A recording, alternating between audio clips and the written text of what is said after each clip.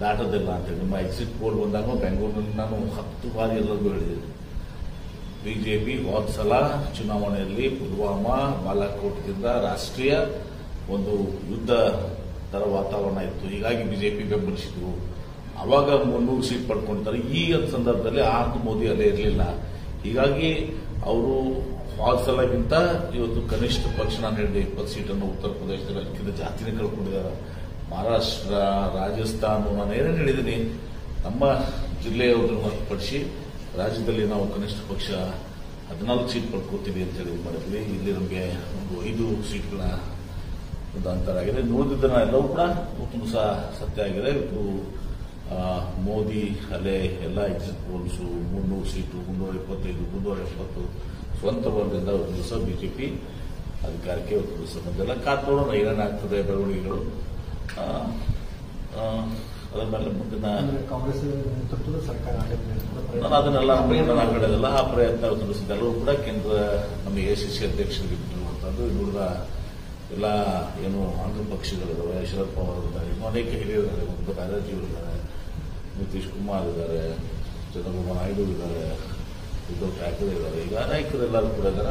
ಗಠಬಂಧನದ ಇಂಡಿಯಾದ ಎಲ್ಲ ಪಾರ್ಟ್ನರ್ಸ್ ಎಲ್ಲ ಕೂಡಿ ಆ ಒಂದು ವಿಚಾರಗಳನ್ನು ಅವ್ರು ಮಾಡ್ತಾರೆ. ನಾನು ಅದಕ್ಕೆ ಮಾತನಾಡೋ ಸರಿಯಾಗಿಲ್ಲ. ಆ ಒಂದು ಪ್ರಯತ್ನ ಮಾಡ್ತಾರೆ. ರಾಜ್ಯದಲ್ಲಿ ಏನು ಬದಲಾವಣೆ? ರಾಜ್ಯದಲ್ಲಿ ನಾವು ಅದೇ ಹೇಳ್ತೀನಲ್ಲ, ನಾವು ನಮ್ಮ ಗ್ಯಾರಂಟಿಗಳ ಮೇಲೆ ಬಹಳ ಅವಲಂಬನೆ ಮಾಡಿದ್ದೀವಿ.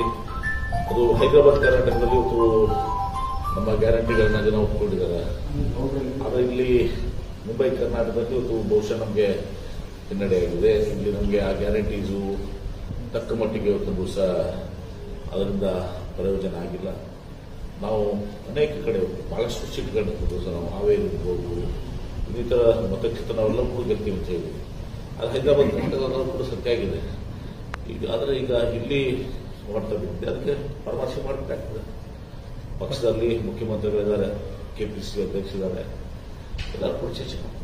ಈಗ ಲೋಕಸಭಾ ಚುನಾವಣೆ ಎಲೆಕ್ಷನ್ ಫಲಿತಾಂಶ ಬಂದ ನಂತರ ಚುನಾವಣೆ ಉದ್ದಕ್ಕೂ ಹೇಳ್ತಾ ಇದ್ರು, ಇಲ್ಲ ಫಲಿತಾಂಶ ಬಂದ ನಂತರನೇ ಚಿತ್ರಣ ಚೇಂಜ್ ಆಗುತ್ತೆ, ಸರ್ಕಾರ ಬರುತ್ತೆ, ಬಿಜೆಪಿ ಸರ್ಕಾರ.